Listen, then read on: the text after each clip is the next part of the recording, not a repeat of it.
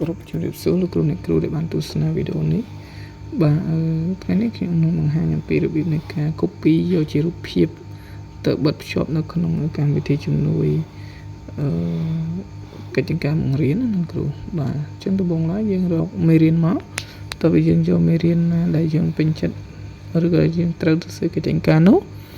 យើងបើកលើមេរៀនហ្នឹងមកនៅក្នុង browser Chrome ណាលោកគ្រូបាទហើយលោកគ្រូចុចលើ tray 3បាទបន្ទាប់មកលោកគ្រូយក search with Google Lens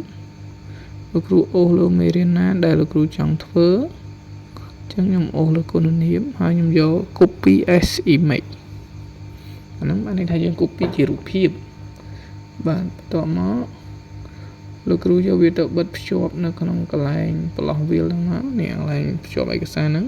control បូកនឹងអក្សរ V លោកគ្រូនោះ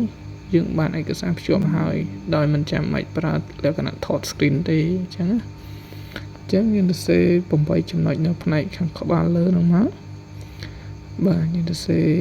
មុខវិជ្ជាមេរៀនចំណងជើងឈ្មោះគ្រូបង្រៀន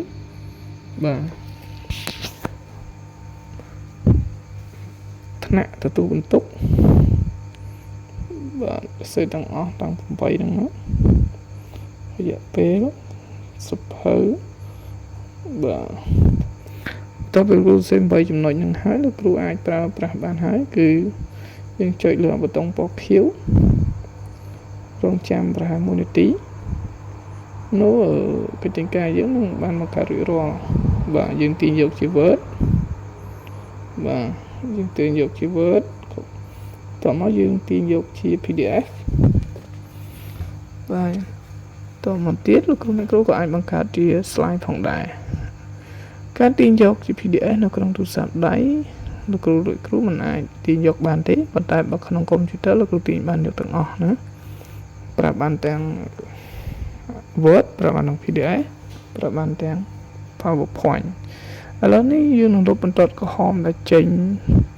នៅលើឯកសារ Word របស់យើងដើម្បីលុបវាយើងចូលទៅកាន់ Revenue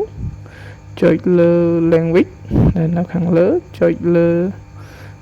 ប៊ូតុងទី1ហើយគូស Tick វាលើបំផុតចុច OK នោះAI នឹងលុបបន្ទាត់ក្រហមនឹងចេញបានហ្នឹងហើយអញ្ចឹងអរគុណច្រើនលោកគ្រូសម្រាប់ការទស្សនាកុំភ្លេចជួយ Subscribe ក៏ដូចជាចុច Like លើ